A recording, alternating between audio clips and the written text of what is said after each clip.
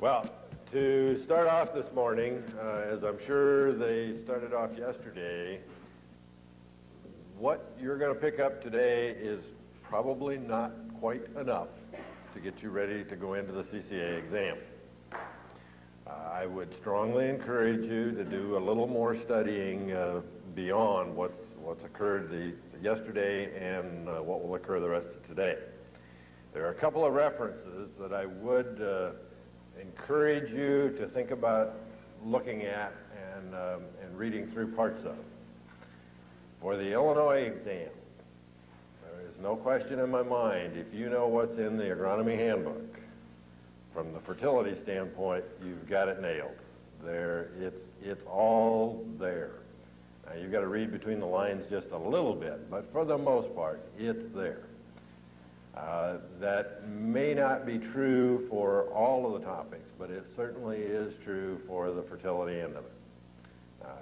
I did have a little part in helping write some of the questions, and I know that that's where they came from. Two other references. One is modern corn production, and that one will probably give you the best reference on soil and water management that I know that exists. I will later on this morning get a copy of the address and where you can order it from. I also need to get the price because I don't remember what it is.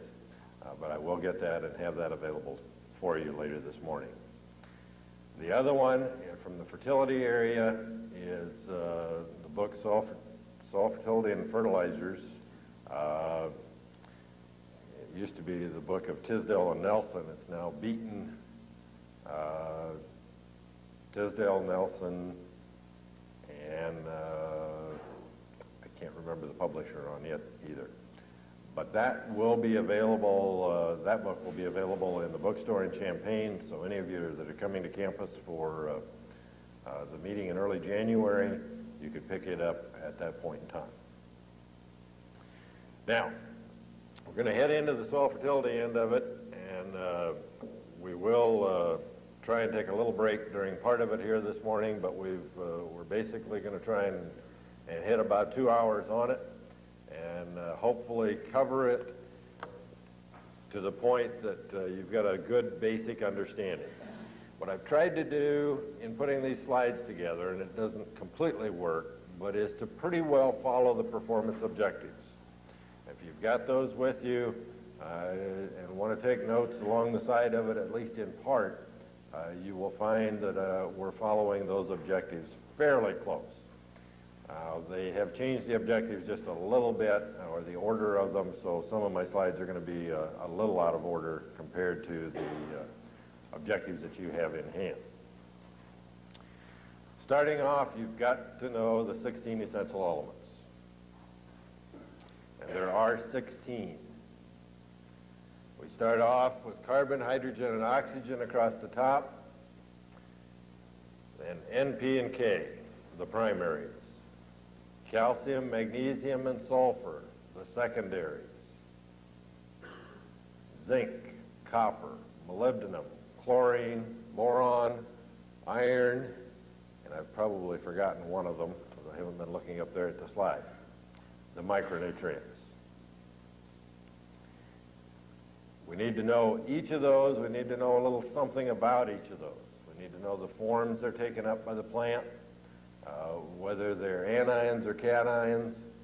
In other words, whether they're stable in the soil and are held by the soil, or whether they will move readily through the soil. We're going to deal with each of those as we go through on an individual nutrient basis. Now, the three non-minerals, carbon, hydrogen, and oxygen, they're the three minerals in the greatest content in the plant. Why don't we add them as fertilizer then? Well, the reason we don't is there is plenty of them in the soil. The soil has the capability of supplying it, soil and water, of supplying carbon, hydrogen, and oxygen. So we never talk about adding those as fertilizer nutrients. Now, when we move on into the primaries, N, P, and K, of course, within Illinois, that is the fertilizer program of this state. And in fact, this is true throughout much of the Midwest and throughout much of the U.S. Secondary and micronutrient needs are fairly isolated and fairly well limited, even throughout much of the U.S. The secondaries, again, are calcium, magnesium, and sulfur. Now, some of you have probably read and heard from time to time that sulfur is, or there's been an attempt to make it a primary nutrient. And in fact, there have been some people that have advocated that. The reason they have advocated that is the concentration of sulfur in a plant will be as high as the concentration of phosphorus. And it is becoming deficient on a much wider base. So this is why the attempt has been made to move it into the primaries, but it is not a primary nutrient yet. It is still a secondary. The micronutrients, boron, chloride, copper, iron, manganese, molybdenum, and zinc. And we'll talk about each of these and what the conditions would be that would lead us to a deficiency of them as we go through the day-to-day.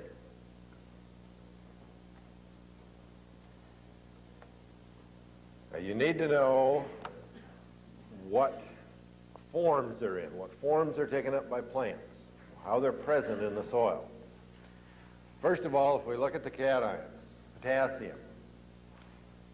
Cation simply means a positively charged ion. It's going to carry a positive charge.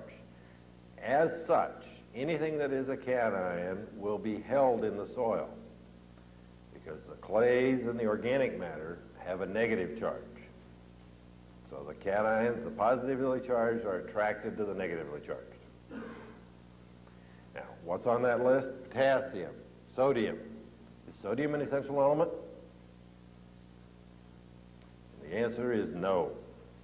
Sodium is in the plant, but sodium has not been proven to be an essential element. Ammonium,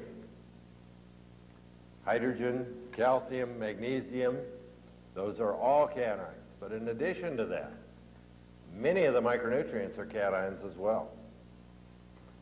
Zinc, iron, manganese, copper are all present as cations in the soil.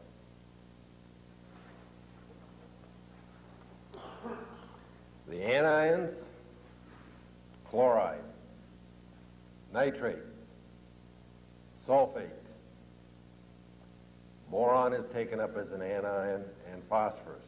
And the phosphate ion is also an anion. Now, the negatively charged are not held on the cation exchange capacity because they're negative, and the exchange capacity is negative. So two negatives are going to repel. They are not going to attract each other.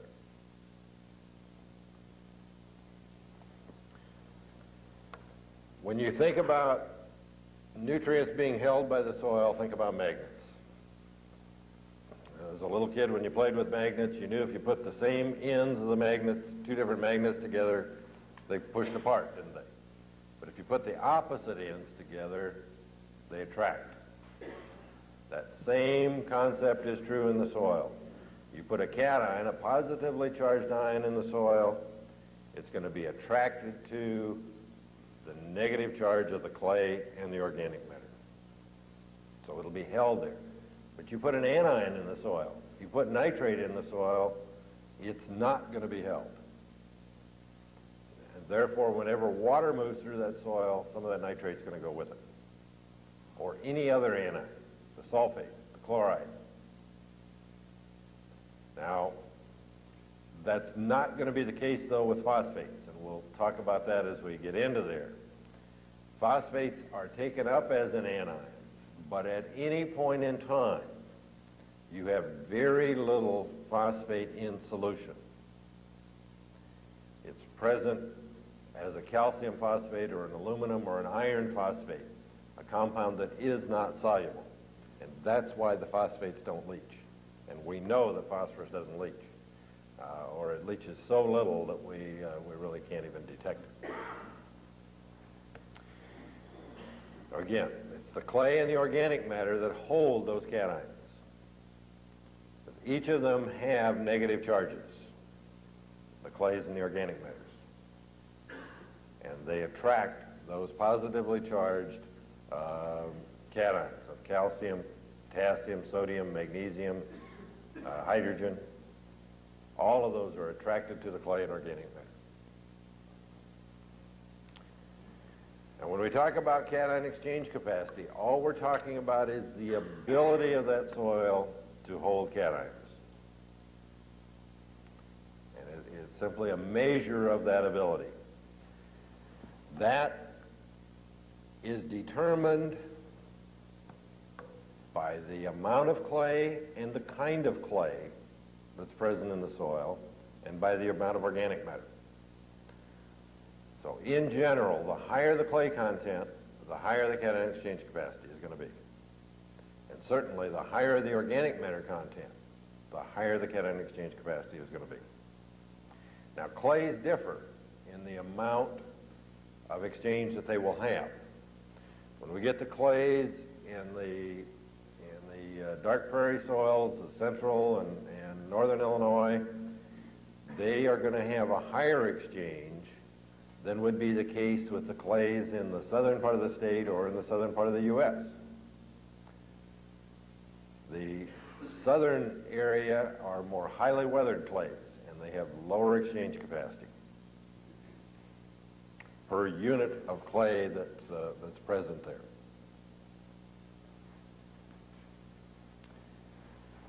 Now, I indicated that basically the anions are not going to be held, and they're not going to be held on the cation exchange. There is a small amount of anion exchange in the soil that will hold some sulfates and will hold phosphates, but it is very, very little. And as a result, we basically don't really consider it to be all that important. But even though we have a little bit of anion exchange, nitrates and chlorides basically are not held on it at all. They're going to be moved through, or they're going to move through that soil profile whenever water moves through it. Now, there are a number of terms that you really need to know and understand, and this is one of them. Mineralization. In very simple terms, all this means is the breakdown of organic matter. The breakdown of organic matter to release those nutrients that are bound in that organic matter, to release them out as an inorganic nutrient. Now, what nutrients do you get from mineralization? What's the most important one that you get from it? Nitrogen. That's going to be the biggest. But in addition to getting nitrogen, you're going to get a fair amount of phosphorus from the breakdown of organic matter. You're going to get a substantial portion of the sulfur that's going to be available to that plant. It's going to come from the breakdown of organic matter. You'll also get some of the micronutrients, because some of those are tied up in that organic matter as well. But again, it's a very small amount, but it is a very important amount. Now, it's because of this reaction, this mechanism, that the prairie soils, the high organic matter soils, are so fertile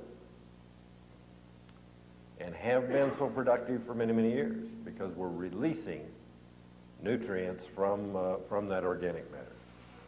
And that's true whether that organic matter is inherent or whether it's fresh organic matter that we've added. Manures, sewage sludges, or crop residues. They are all broken down by the process of mineralization. It's just simply a microbial process that converts that organic material to an inorganic material. Inorganic nutrients that the plant can consume and use. Now let's talk about pH for a little bit. and liming. pH is simply a matter or a measure of the relative acidity or basicity of the soil.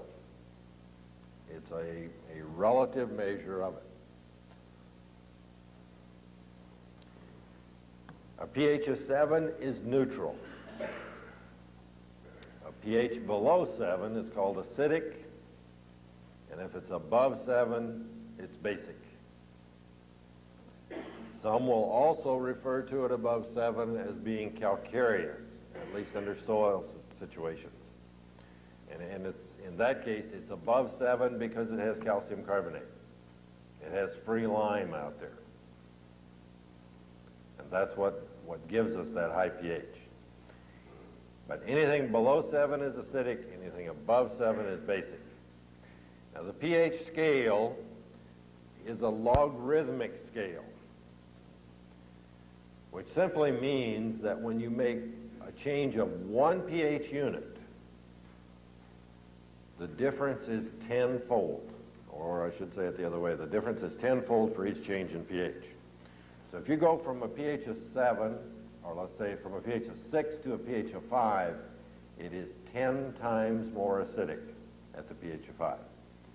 If you take that on to a pH of 4, it is 100 times more acidic.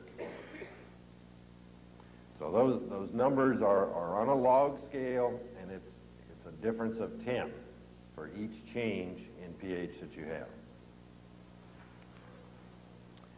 Again, 7 neutral, and above 7 is basic, below 7 is acidic. Now the lime requirement, the amount of lime that we need to add to a soil, depends on the soil pH. Soil pH is a measure of the active hydrogen that's present in the soil. But in addition to that, we have what we call reserve acidity. And that reserve acidity, the amount of it, will depend in large part on the cation exchange capacity. The higher the exchange, the more reserve acidity we're going to have in there. So when we make a lime requirement, while we do it on the basis of pH, we also have to take into account what the reserve acidity is, what the exchange capacity is. Now some of you and some of the labs that you're using give you a buffer pH. Now a buffer pH measures not only the active acidity, in other words the acidity that we measure just with straight pH, it also gives a relative measure of the reserve acidity. So when you use a buffer pH, you do not have to take into account the exchange capacity, because the buffer has already done that for you, at least in large part. Now, it doesn't always do it. And some of the data from Wisconsin certainly indicates that on very sandy soils, the buffer pH will not do a very good job, because it does not take into account all that reserve acidity. But if you just use straight pH, then you're going to have to take into account the exchange capacity. And in fact, that's what we have done. If you look at this kind of a chart, at a given pH, let's say at a pH of 5, for soil type C, we're going to need what? About 5 tons of lime. For soil type A, we're going to need about 7.5 tons of lime. Well, from C to A is a change in exchange capacity. Soil type C would probably be coming in an exchange around 10. Soil type A is going to be coming in at 20 plus. So we've already taken that into account in making our lime recommendation.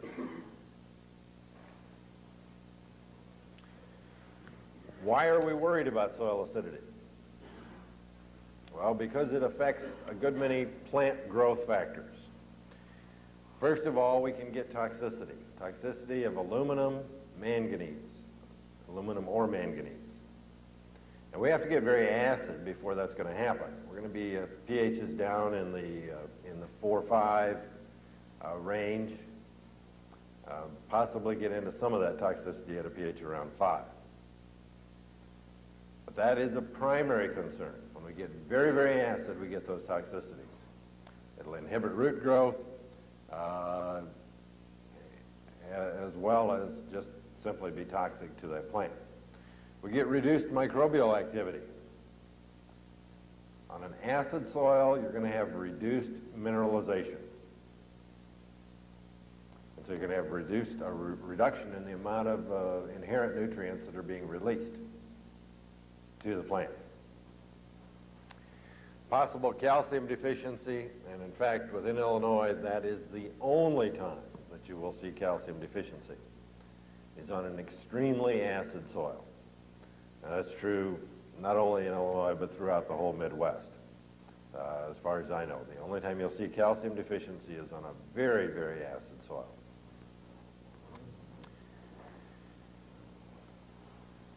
In addition, acidity will affect herbicide activity. We've got a number of herbicides that are pH sensitive.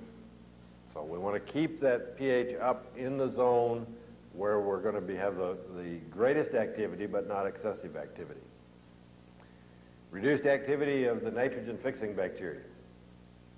Rhizobium is the organism that fixes nitrogen in association with any of the legumes, soybeans, alfalfa, clover. In an extremely acid soil, the activity of that rhizobium is going to be markedly reduced. You're basically not going to form nodules. And if you do form them, they're not going to be active. So it's very important to keep that pH up, to keep that activity at its peak. The availability of many of the nutrients is affected as well. Phosphorus availability will decrease both in an acid soil and in a high pH soil. Again, we'll review more of that later on, but basically what happens on an acid soil, you get the formation of aluminum and iron phosphates, which are insoluble and not available to the plant. On a high pH soil, pH up 7.3, 7.5 and above, you form calcium phosphates. Again, an insoluble compound that is not going to be readily available to the plant. Molybdenum. Well, many of the micronutrients are going to be influenced by pH. Most of them are going to have decreased availability with increased pH.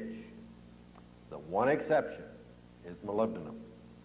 Molybdenum actually increases in availability as the pH goes up. It will decrease on an acid soil. Again, we'll hit more of that later on as we go through as well. Where do we get acidity from? What is the largest single source of acidity in Corn Belt soils? Anybody have any idea? Nitrogen fertilizer. That is the largest single source that we have. Now, we also get that acidity from aluminum. They list here acid precipitation. The acid rains. That's a drop in the bucket. It's really not a very important source. It is a source of acidity, but it's a pretty small source. The primary one is our fertilizer. In addition, we will get some acidity created by that mineralization process, that conversion of organic matter. It's going to release nitrogen, and that is going to cause an acidification reaction as well.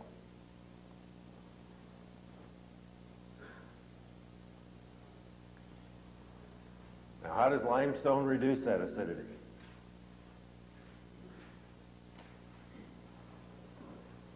The primary way it reduces it is through the carbonate. In fact, that is the way, and I'll show you that reaction in just a minute. But when we add lime, we're adding calcium. And that calcium kicks the hydrogens off of the exchange complex.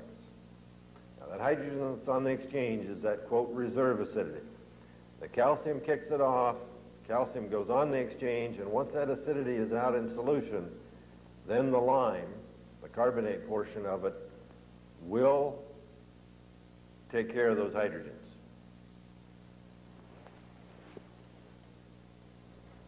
the reaction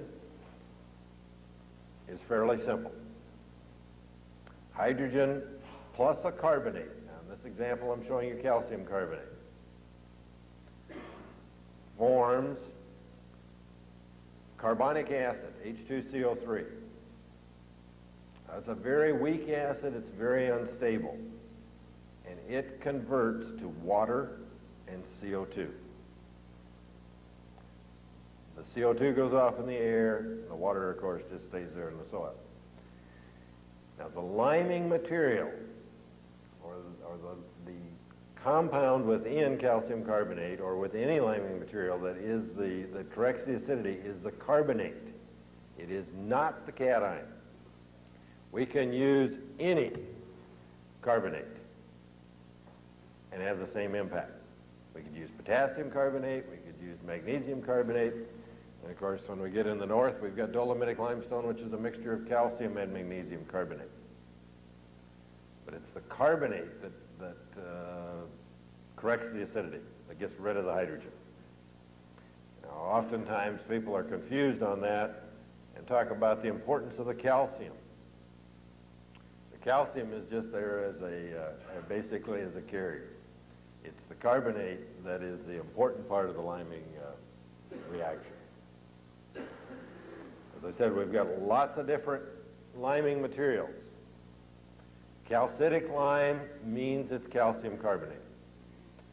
Dolomitic lime means it's a mixture of calcium and magnesium carbonate.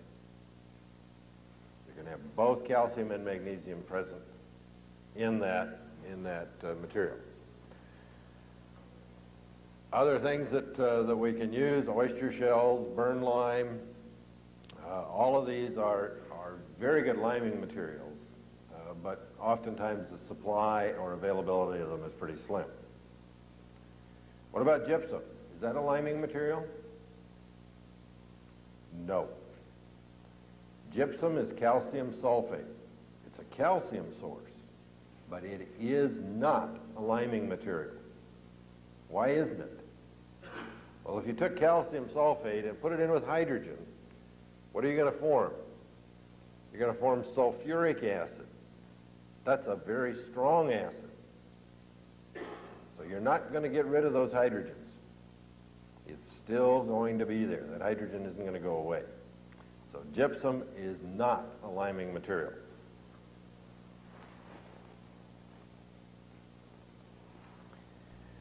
Now, what influences how effective lime is? Primarily two things. One is the calcium carbonate equivalence.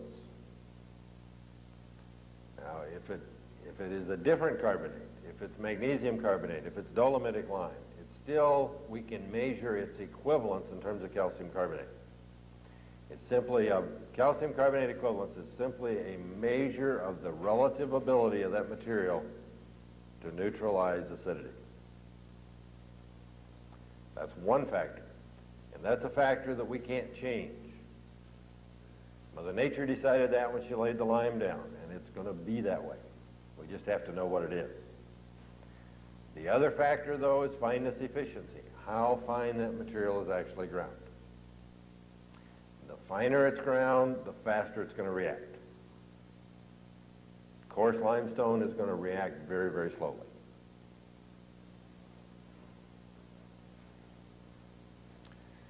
When we talk about alkaline soils, and we do have some of those in Illinois, they're going to be soils with a pH greater than 7.3. Now, for the most part, we refer to that as calcareous soils. They have a high pH because they have free lime. They have excess lime in them.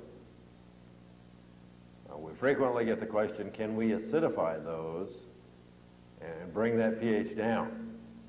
Now, why do you want to do that? Well, there probably are a number of reasons. One would be some of the herbicides would be more effective if we could bring that pH down. Also, on those high pH soils, that is the area where we're going to have micronutrient problems.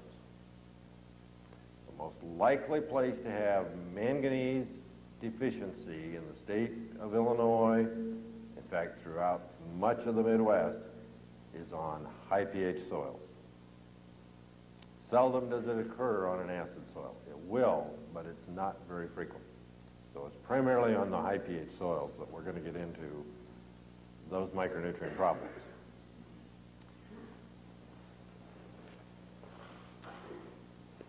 And when we talk about sodic soils, these are soils that have high sodium. They are also going to have a high pH. Throughout much of the U.S., sodic soils are not a problem, unless you happen to have an oil well. And there we can get salt spills, and you will have high sodium right around that area. The place where sodic soils are a problem is in the far west, where we have very little precip and very little flushing to get rid of that sodium out of that profile. But in most areas of the country, sodic soils are not really a problem. There are certain crops that are much more sensitive to sodic soils than others, or conversely, some that are much more tolerant. One of the most tolerant crops is barley. And in fact, there's been a lot of work done to breed varieties that will tolerate high sodium levels.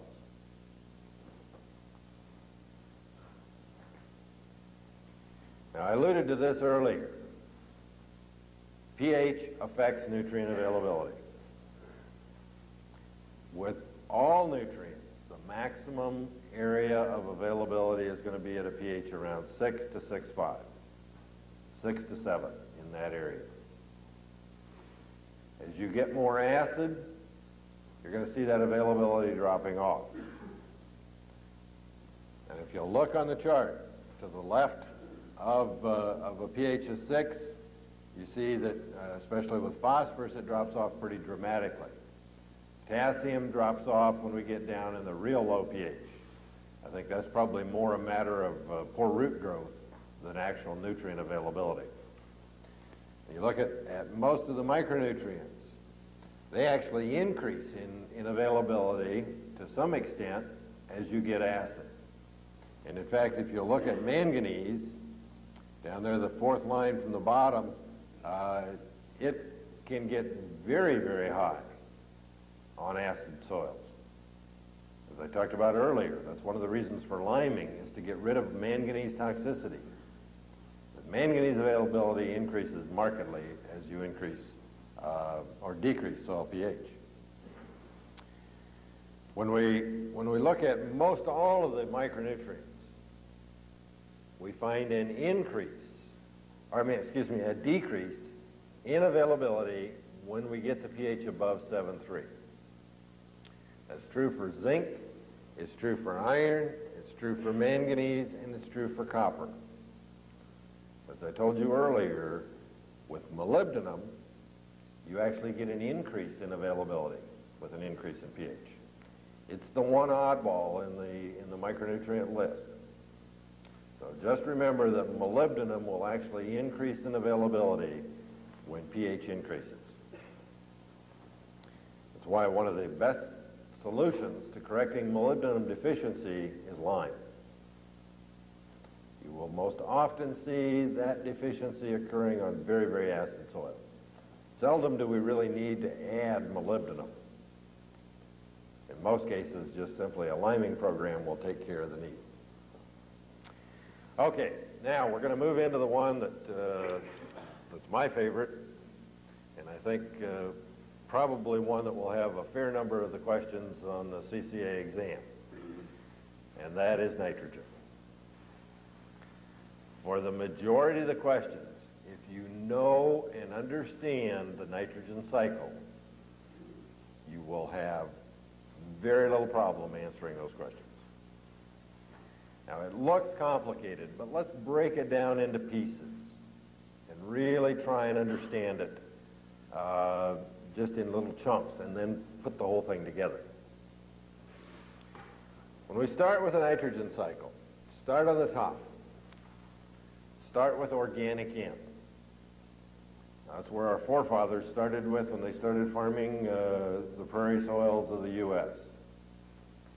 They didn't need to add nitrogen fertilizers because they had plenty of it there in the soil, coming from the breakdown of organic matter. What's that reaction called? Mineralization.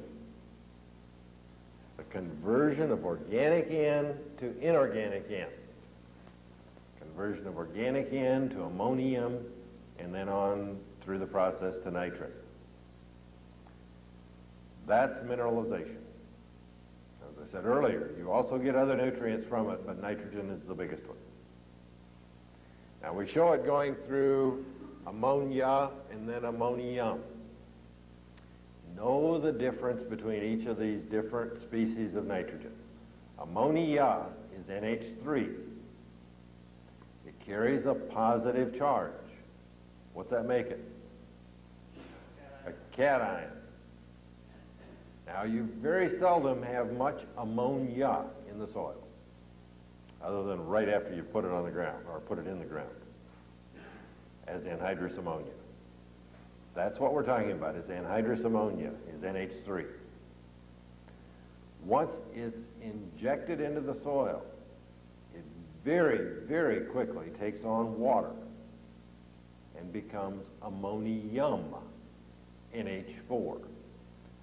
So ammonia is NH3. It's present as a gas, and it does not exist in nature unless it's contained within a pressurized system. It's a volatile compound. If it's released into the atmosphere, it's going to go back, it's going to dissipate into the atmosphere. So you're not going to have ammonia to any great extent in the soil. You will maintain a little bit of it, but it's not going to be very much. Ammonium is the most stable form, inorganic form of nitrogen that we have. NH4. If we could keep our nitrogen as ammonium, we wouldn't have to worry about leaching. We wouldn't have to worry about denitrification.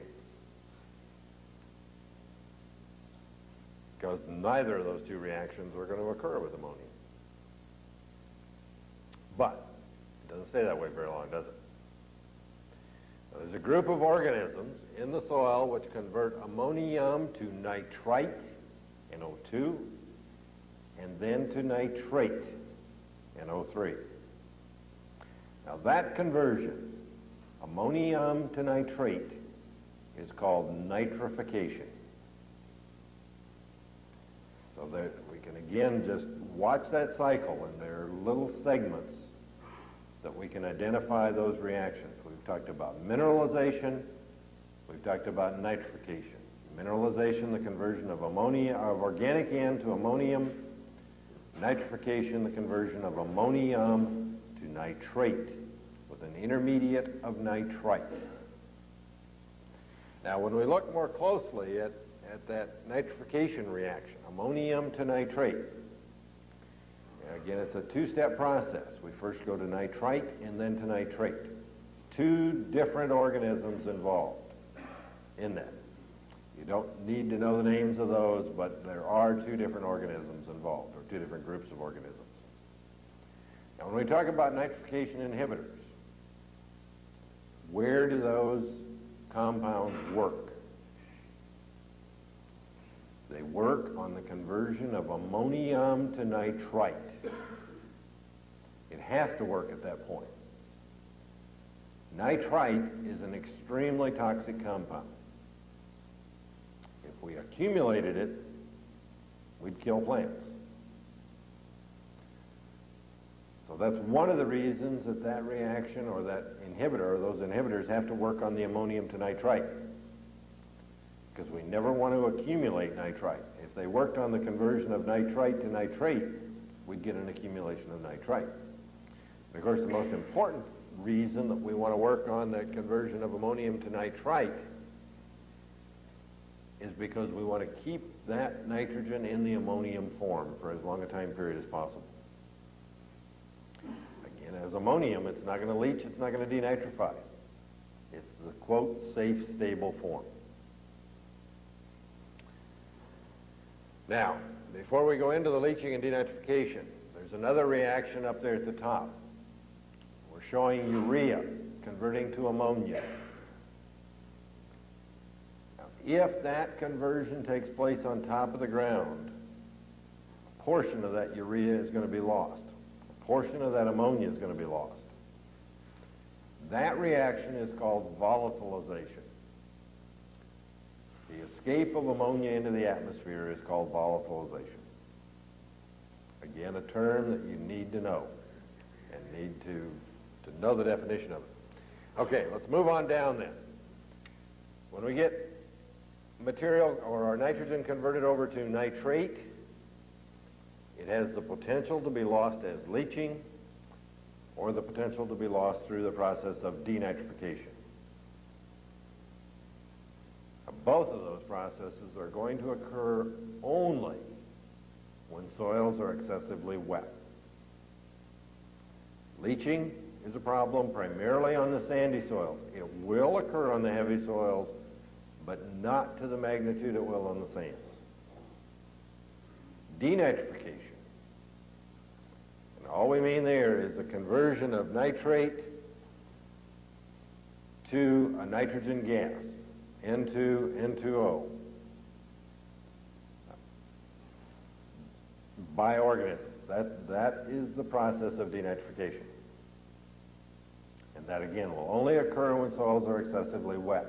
When there's a lack of oxygen in the soil, then the organisms will convert either nitrate or nitrite to N2 or N2O gases. Gases that are not available to plants anymore. N2 is the gas you're breathing in right now. What is it? 72% of the air is nitrogen gas. You're breathing that in and out all the time. But the plant can't use it. The only way the plant can use it is if we convert it through industrial fixation or through microbial fixation. Okay, so we've got two loss mechanisms down here when it's present in the nitrate form. We've got a loss mechanism present whenever it's there as ammonia, if it's not in the soil. Now the plant can use either nitrate or ammonia, or ammonium. Not ammonia, ammonium. It'll take up nitrate or ammonium. The preferential material that's taken up is nitrate. And I say that because that's the material that's present in the soil in the largest amount during the growing season. But there is good evidence to say that you do need some mixture of the two. So the plant can use either nitrate or ammonium. Now there is one other mechanism that occurs with nitrogen, and that's called immobilization. When we incorporate crop residues into the soil that have a high amount of carbon or have very low nitrogen content, the bugs, the organisms in the soil that will break that residue down must get nitrogen from someplace else. And where do they get it from? They get it from the inorganic form that's present in the soil. Primarily nitrate, but they will also use ammonium. That process is called immobilization. It's what most of us refer to as a tie-up of nitrogen. You plow down wheat straw. What's going to happen to the corn crop that follows right behind it? It's going to look pretty yellow if you haven't put a pretty good fertilizer shot on it, isn't it? Plow down sorghum residue. Both of those two crop residues have very high carbon to nitrogen ratios. And it's going to result in that immobilization. Now, in part, that immobilization is good because it's tied it up as organic matter or organic N, and therefore is not available for these reactions down here on the bottom of leaching and denitrification. But if it ties it up for too long, then the plant can't use it. So we've got to regulate and that reaction as well. Now, just very quickly, go back through that nitrogen cycle. You've got the mineralization process, conversion of organic N to inorganic N, the nitrification process, the conversion of ammonium to nitrate. You've got plant uptake, which is nitrate and ammonium, and you've got immobilization, the the conversion of inorganic N through organisms back into an organic N source. You've got three loss mechanisms down here: leaching, denitrification, and the third one on the top, volatilization. Now, as Woody Hayes used to say in regards to football, there are three things that can happen when you throw a pass, and two of them aren't good. Now, the same thing is basically true with nitrogen, only I guess we could talk about there are four things that can happen. You can lose it by leaching, you can lose it by denitrification, you can lose it by volatilization, or the only good one is you can use it in the plant.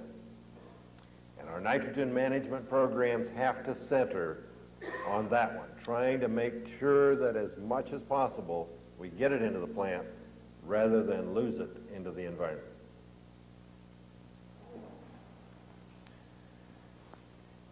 Now we're going to dwell on these reactions even more here, because it's really a very important concept and a very important part of nitrogen management. Again, mineralization, a conversion of organic N to inorganic N. Now, immobilization is sort of the reverse of mineralization.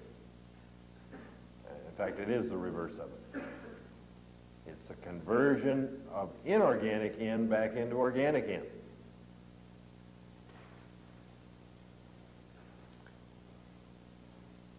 Now, what affects it? What affects both of those reactions?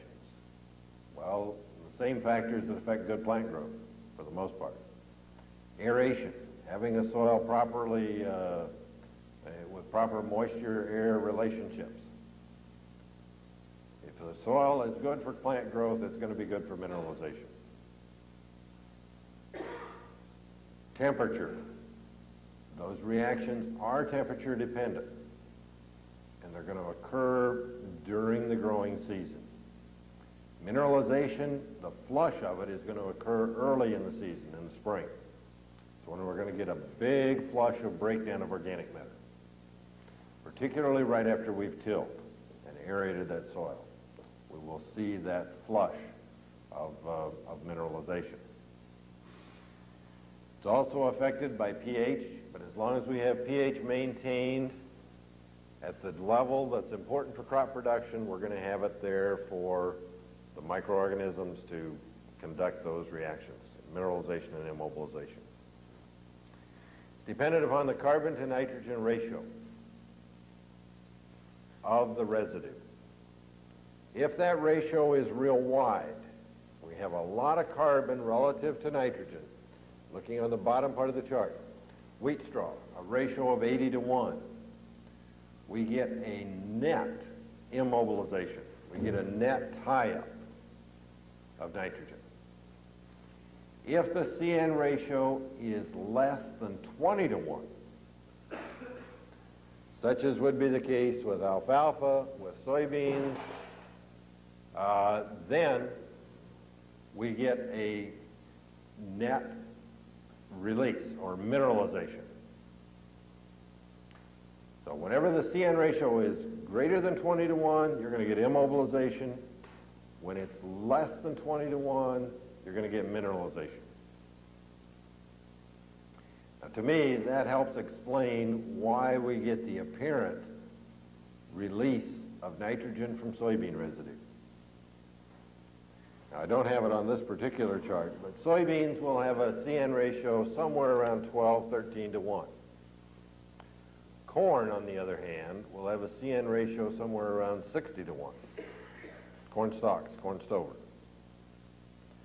Now, if you look at the nitrogen response, corn following corn, corn following soybeans, we give a credit of 40 pounds of nitrogen for that soybean residue, don't we? But in fact, we know that soybeans consume more nitrogen than they can fix, than they produce. Now, if they consume more nitrogen, how can we give a credit for soybeans out there in that field?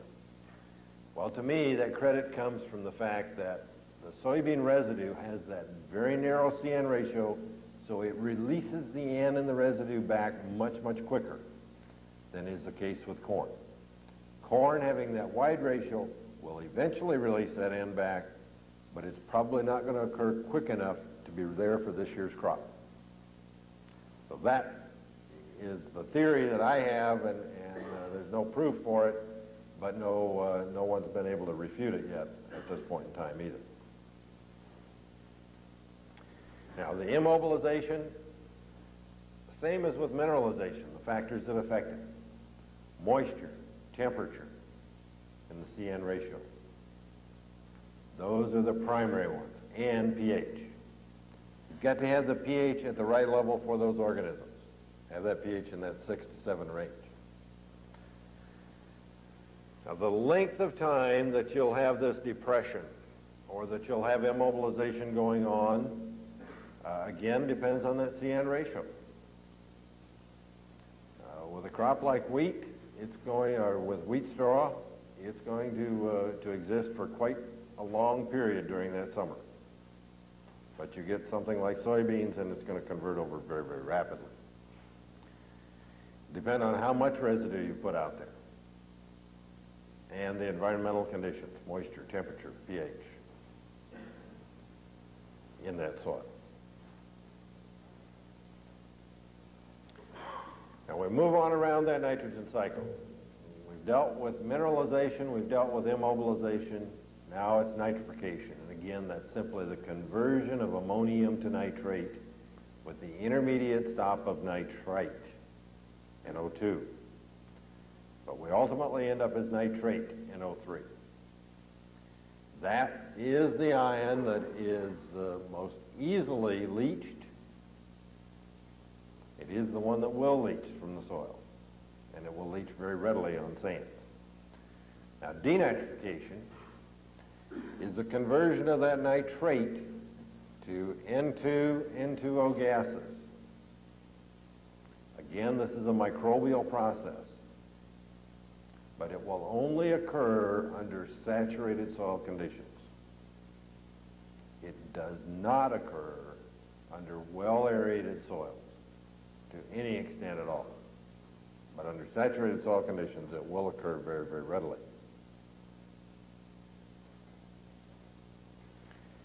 What affects nitrification?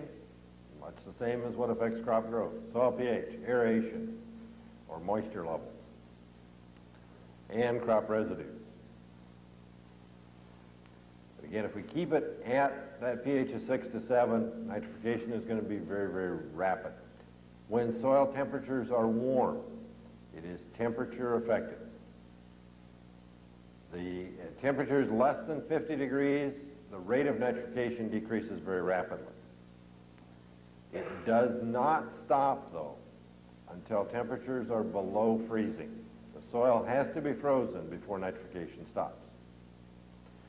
Now, most agronomists recommend that if you're going to fall apply, you wait until temperatures are below 50 degrees. Some construe that to mean that the reaction stops at that point, and that is not true. The reason we suggest 50 degrees is quite often it isn't very long until it's 32, until the soils are frozen.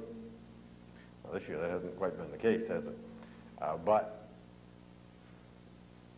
it doesn't stop, that reaction. Nitrification does not stop until temperatures reach 32.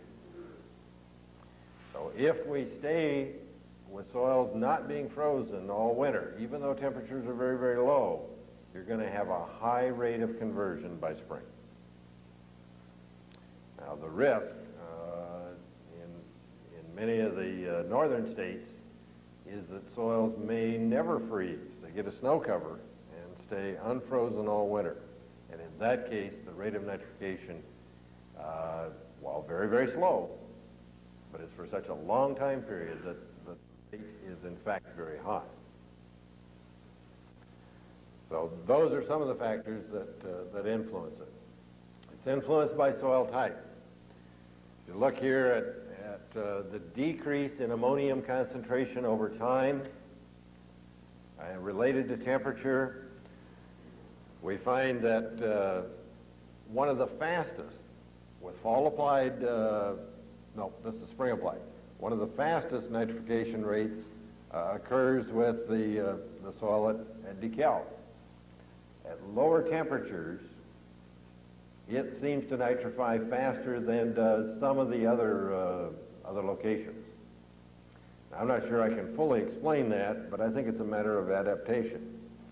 That the bugs in the northern part of the corn belt are able to convert at lower temperatures than are the bugs in the central and southern part of the corn belt. We also know that that conversion is dependent on whether we use an inhibitor or not. The presence of an inhibitor will reduce the rate of nitrification. Again, remember where it works. It reduces it by inhibiting those organisms that convert ammonium to nitrite. It does not work on those organisms that convert nitrite to nitrate. We don't want it to work on that portion of the reaction. Denitrification, it's dependent upon soil pH, but it will work up at some fairly high pHs.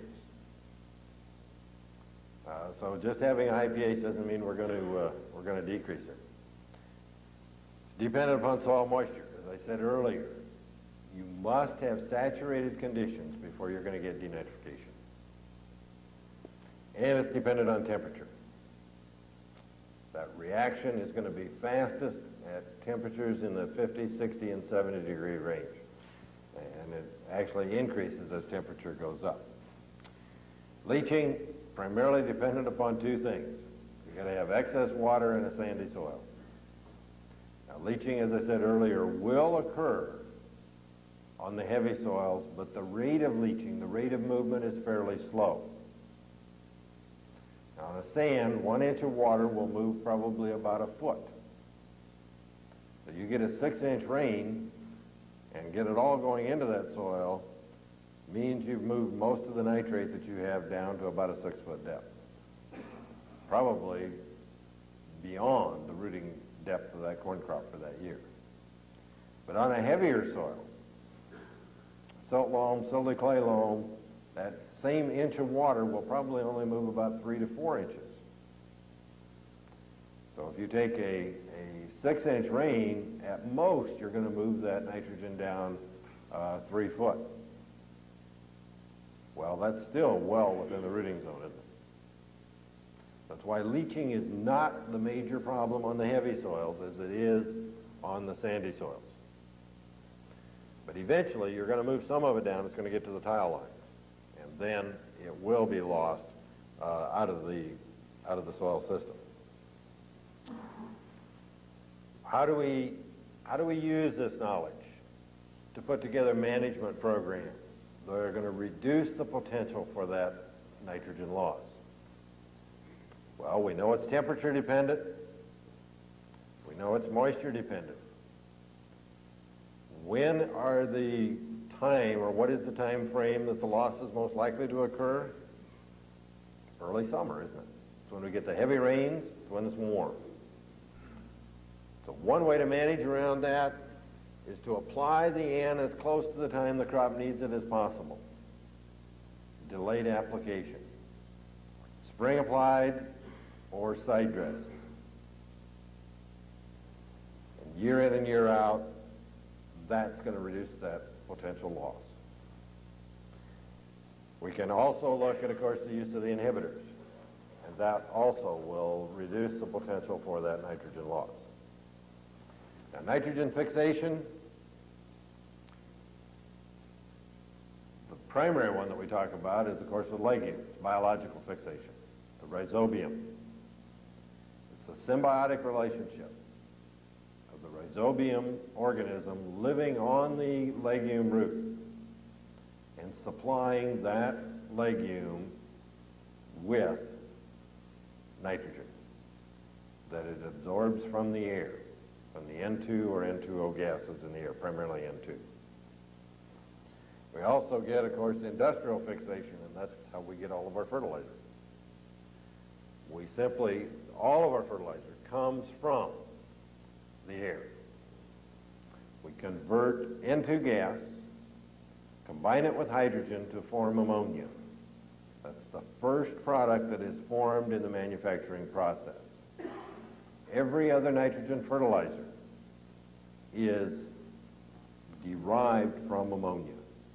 They start with ammonia, then build on it to make every other one. Urea, ammonium nitrate are all made initially from ammonia.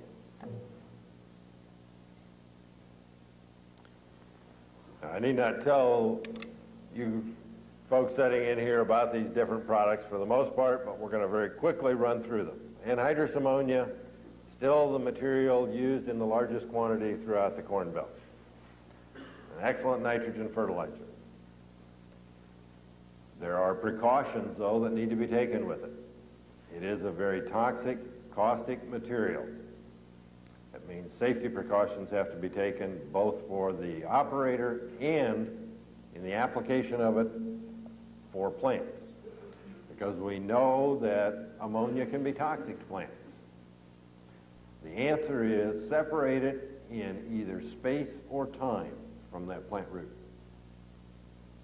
If you get it on ahead of time long enough, the ammonia, NH3, will convert to ammonium, which is not going to be toxic. If you get it far enough from that plant root, it will never be toxic as well, because by the time the plant root gets to it, it will have converted to ammonium and then on to nitrate. So make sure that the material is separated in either space or time from the plant. And then we don't have a toxicity to be concerned with. Again, as I said earlier, ammonium is the most stable form of nitrogen we have in the soil. If we can keep it as ammonium, we would never lose it. Now, urea, the first reaction that occurs with urea is to convert to ammonia. Same thing we've got in those anhydrous applicators. And if, in fact, that is done on top of the ground, some of it will be lost through volatilization. It will pop back off into the air. But we want to manage urea to avoid that problem. Now, what factors influence that? Well, let's talk about a few of them as we go through here. Let me back up, though, to say that the conversion of urea to ammonia is done by an enzyme called urease, U-R-E-A-S-E. Now, there can be some chemical conversion as well, but the primary conversion is through the enzyme urease.